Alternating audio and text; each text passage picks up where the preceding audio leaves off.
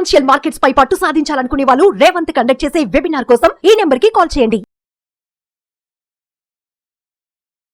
నమస్తే, welcome to Suman TV. నేను విష్ణు. ప్రస్తుతం మనతో పాటు NISM and CRISIL certified wealth manager Revanth Chalamala ఉన్నారు. వారితో మాట్లాడదాం. నమస్తే రేవంత్. నమస్తే అండి.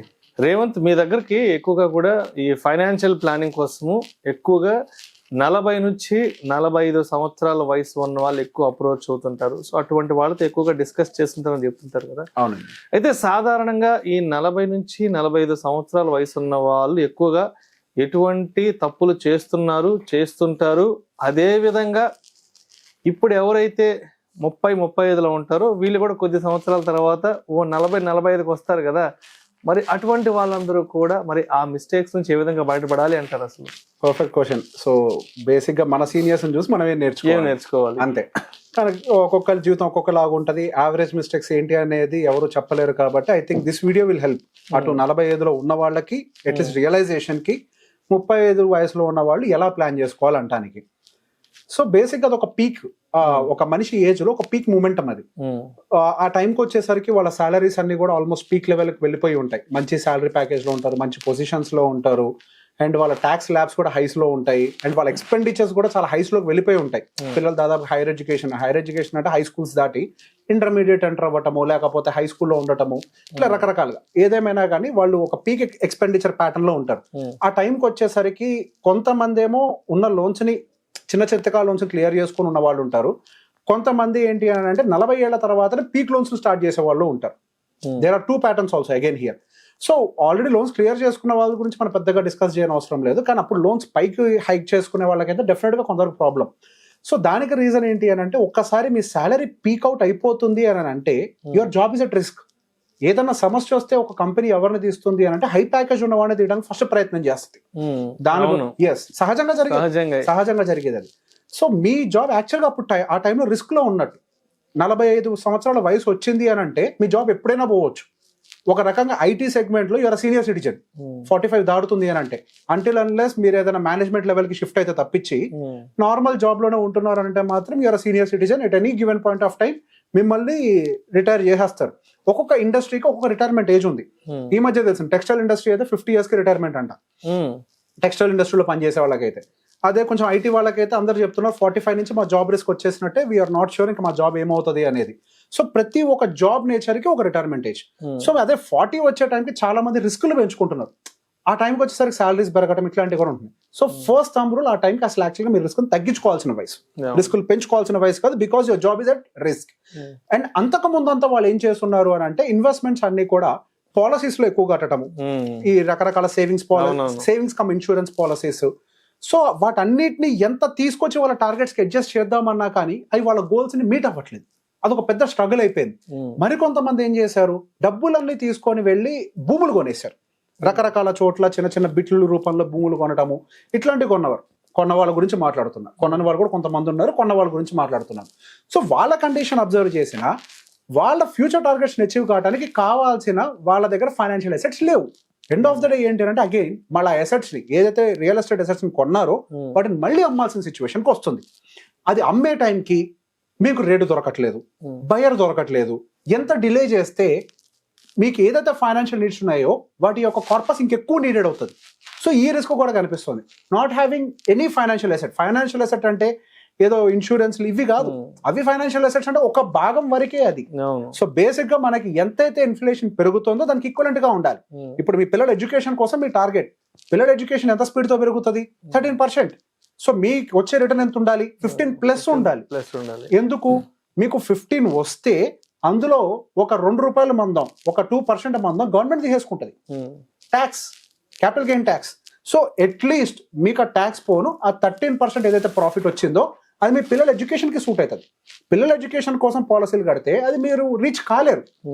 So suitability of the product అని అంటాం ఇక్కడ. సో మీ గోల్ కి ఏది సూట్ అవుతుందో ఆ ప్రోడక్ట్ ని ఎంచుకొని మీరు అందులో పెట్టుంటే ఆ గోల్స్ అనేవి రీచ్ అవడానికి మీకు ప్రాబ్లం అంటే ఎటువంటి ప్రాబ్లం ఉండకుండా ఉంటుంది. అండ్ దాంతో పాటుగా ఒక మోస్ట్ కామన్ ఇష్యూ అబ్జర్వ్ చేసింది అంటే లేట్ కిడ్స్. ఇది ఒకటి బాగా అబ్జర్వ్ చేసిన ప్యాటర్న్ ని. సో చాలా మంది 45 ఆ ఏజ్ గ్రూప్ లో కూడా వాళ్ళ పిల్లల వయసు ఎంత అంటే 6 years 7 years, కొంతమందికి అయితే 40 years కూడా పిల్లలు పుట్టిన వాళ్ళు వీళ్ళు కూడా ఉన్నారు. సో దాని వల్ల ఛాలెంజ్ ఏంటి? సింపుల్. ఇప్పుడు వాళ్ళకి 40 ఏళ్ళకి ఏదో సెకండ్ కిడ్డో లేదా 35కి ఫస్ట్ కిడ్డో పుడితే, ఇప్పుడు మీ ఫస్ట్ కిడ్ గ్రాడ్యుయేషన్ కంప్లీట్ అయ్యే టైంకి మీకు దాదాపు 56-57 సంవత్సరాల వయసు వస్తుంది. మీకేమో మీ జాబ్ 45 నుంచి రిస్క్ లోకి వెళ్ళిపోతుంది.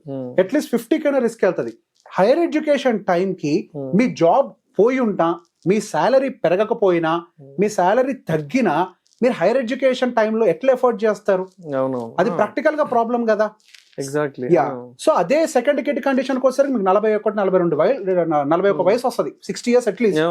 సో ప్రాక్టికల్ గా వయసుకి అసలు మీ ఒంట్లో ఓపిక ఉండదు, ఉద్యోగం ఉండదు. హౌ కెన్ యూ ఎఫర్ట్ చేయడం కష్టం కదా. సంపాదించే వయసులోనే పిల్లలకి సంబంధించిన ఎక్స్పెండిచర్స్ అన్ని కంప్లీట్ అయిపోవాలి సాధ్యమైనంత వరకు. అంటే వాళ్ళ హైయర్ ఎడ్యుకేషన్ వరకు అట్లీస్ట్ పీజీ దేవుడేరు మనకు తెలియదు, అట్లీస్ట్ యూజీ కంప్లీట్ అవ్వాలి 45 టైంకి.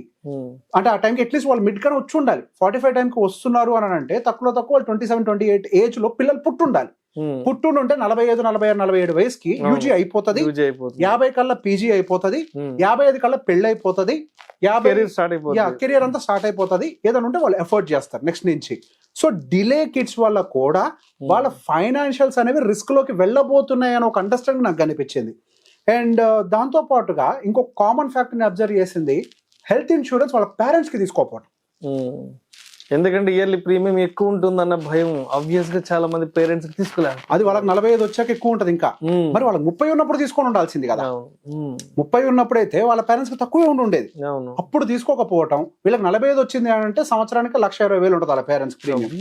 అదే 30 ఏళ్ళకి తీసేసుకుని ఉంటే మీకు ఎంత ఆర్థిక భద్రత ఉండేది. అదొక కామన్ ప్యాటర్న్. 30 ఏళ్ల వయసులో మీరు ఉండంగానే మీ పేరెంట్స్ కి కావాల్సినటువంటి ఇన్సూరెన్స్ ఉన్నాయో లేదో చెక్ చేయాలి. ఇక్కడ ఇంకొక ప్యాటర్న్ కూడా గమనించాను. ఇన్సూరెన్స్ 1000 రూపాయలు కక్కుర్తిపడి కనుక మీరు డైరెక్ట్ గా కొంటే నరకం చూస్తారు ఇన్సూరెన్స్ కంపెనీలతోటి. ఖచ్చితంగా అడ్వైజర్ ని పెట్టుకోండి ఇన్సూరెన్స్ దగ్గర. పోతే 1000, మహా 1000 పోతే. నేను ఆ కేసు చూశాను. ఒక పేషెంట్ చెప్పారు వాళ్ళ ఫాదర్ ఏదో హార్ట్ సర్జరీకి వెళ్తే డాక్టర్ అడిగారు ఎప్పటి నుంచి పెయిన్ ఉందంటే లాస్ట్ 5 years నుంచి పెయిన్ ఉందని చెప్పారు. సో బేసిక్ అసలు ఆ లాస్ట్ 5 years పెయిన్ ఉందని రాసేస్తే ఆ ఇన్సూరెన్స్ కంపెనీ రిజెక్ట్ చేసిందంట. మాకు చెప్పలేదు ముందు మీరని. ఇప్పుడు ఒకటే సింపుల్ పాయింట్, 5 ఏళ్ల నుంచి గుండెపోటు పెట్టుకున్నారు ఉంటాడా? సంవత్సరం లేపేస్తుంది అది. ఆయనకి ఏదో గ్యాస్ ప్రాబ్లం అది. అట్లీస్ట్ ఫైట్ చేయడానికి మంచి ఇన్సూరెన్స్ అడ్వైజర్ లేడు. మంచి ఇన్సూరెన్స్ అడ్వైజర్ పెట్టుకోండి. అట్లాంటి టైంలో ఏదైనా రిజెక్షన్ వస్తే మీ అడ్వైజర్ నుంచోని లాజిక్ మాట్లాడతాడు, డాక్యుమెంట్లు తిరగేస్తాడు, మన వైపు ఉంటాడు. ఎందుకంటే మనతో పాటు కొన్నేళ్ల పాటు ఆయన కూడా ట్రావెల్ అవుతున్నాడు కదా. ఎగ్జాక్ట్లీ. ఒక బాండింగ్ ఉంటుంది ఆబ్వియస్ గా. సో ఖచ్చితంగా మంచి అడ్వైజర్ పెట్టుకోండి. 1000 రూపాయలకి చూస్తే అక్కడ మొత్తానికి మోసం వస్తుంది. అండ్ దాంతో పాటుగా పేరెంట్స్ రిటైర్మెంట్ గురించి కూడా మీరే ప్లాన్ చేయాలి. పేరెంట్స్ డబ్బులతో రిస్క్ చేయకుండా వాళ్ళ రిటైర్మెంట్ కార్పస్ కరెక్ట్ గా ప్లాన్ చేస్తే వాళ్ళు మీకు బర్డెన్ అవ్వకుండా ఉంటారు. వాళ్ళు మీకు బర్డెన్ అయినా మీ ఆర్థిక పరిస్థితులు ఇబ్బందుల్లోకి వెళ్తాయి. సో వాళ్ళకి ఏదైతే కార్పస్ రిటైర్మెంట్ టైంలో వస్తాయో వాళ్ళకి సరిపడా నెక్స్ట్ వాళ్ళ 60 ఏళ్ళకి రిటైర్ అయ్యారు అని అంటే వాళ్ళకి 85 సంవత్సరాల వరకు కూడా సరిపడా డబ్బులు ఇన్ఫ్లేషన్ అడ్జస్టెడ్ రావడం కోసం ఎటువంటి ఒక ప్లాన్ ని ప్రిపేర్ చేయాలనేది కూడా పిల్లలే బాధ్యత తీసుకోవాలి. ఇందులో వాళ్ళు తీసుకోకపోతే ఆ బర్డెన్ కూడా ఈ 45 ఏళ్ల టైంలో పీక్ అవుతుంది, పీక్ ప్రాబ్లం అవుతుంది. సో బేసిక్ ఇవన్నీ మనం ఎర్లీగానే ప్లాన్ చేసుకుంటే మనకి 45 years వచ్చే టైంకి, యాక్చువల్గా చెప్పాలంటే 45 టైంకి ఫైనాన్షియల్ ఫ్రీడమ్ వచ్చేసి ఉండాలి. అప్పుడు మొదలు పెట్టకూడదు జర్నీ. అప్పుడు మొదలు పెడితే మీకు ఇంకెప్పుడు తెస్తుందండి. నేను చూసిన ప్యాటర్న్ లో SIP requirement majority of the clients meet car. ఎందుకు అని అంటే డిలే కాస్ట్ యాడ్ అయిపోయి వాళ్ళకి వచ్చే జీతంలో ఖర్చులు పోను, ఎస్ఐపికి డబ్బులు సరిపోవు. వాళ్ళు ఇంకొక 10 సంవత్సరాలు సరే 60 దాకా పనిచేస్తారన్నా 15 సంవత్సరాలు రిటైర్మెంట్ కార్పస్ ఎట్లా బిల్డ్ చేస్తారు? How is it possible? Not at all possible. పిల్లల ఎడ్యుకేషన్ దగ్గరకు వచ్చేసింది. యూజీ ఇంటర్మీడియట్ కి దాదాపు 6 లక్షలు ఖర్చు అవుతుంది ఒక్కొక్క పిల్లాడికి. యూజీకి 25 లక్షలు ఖర్చు అవుతుంది. మీరు కనీసం యూఎస్ పంపాలన్నా, లోన్ తీసుకొని పంపాలన్నా మీరు ఒక 15-20 లక్షలు జేబులో పెట్టుకోవాలి, లోన్ ఇచ్చి పంపించాలన్నా. కానీ మరి ఇంత కార్పస్ ని షార్ట్ పీరియడ్ ఎట్లా బిల్డ్ చేస్తాం? 45 టైం కల్లా ఇవన్నీ అచీవ్ అయిపోయి ఉండాలి. అయిపోతే మీకు యాక్చువల్గా ప్రాబ్లం ఉండదు. Come early, finish your targets early. Thank you so much Revanth. Thank you అండి. పెట్టుబడుల విషయంలో లేట్ చేస్తే దాని తీవ్ర పరిణామాలు 50 సంవత్సరాల వయసు వచ్చాక ఏ విధంగా ఉంటాయి, అదేవిధంగా సర్వసాధారణంగా 40 నుంచి 45 సంవత్సరాల వయసులో ఉన్న వాళ్ళు ఎటువంటి తప్పిదాలు చేస్తున్నారు అనే అంశం గురించి చాలా చక్కగా, చాలా మంచి ఇన్ఫర్మేటివ్ వీడియో మన సుమన్ టీవీ ప్రేక్షకులకు అందించారు. డెఫినెట్గా ఈ వీడియో చూసి చాలామంది రియలైజ్ అవుతారని, వాళ్ళ ఫైనాన్షియల్ మిస్టేక్స్ని తెలుసుకొని వాటిని అధిగమించి బయటకు వస్తారని అనుకుంటున్నాను. Thank you so much. Thank you అండి.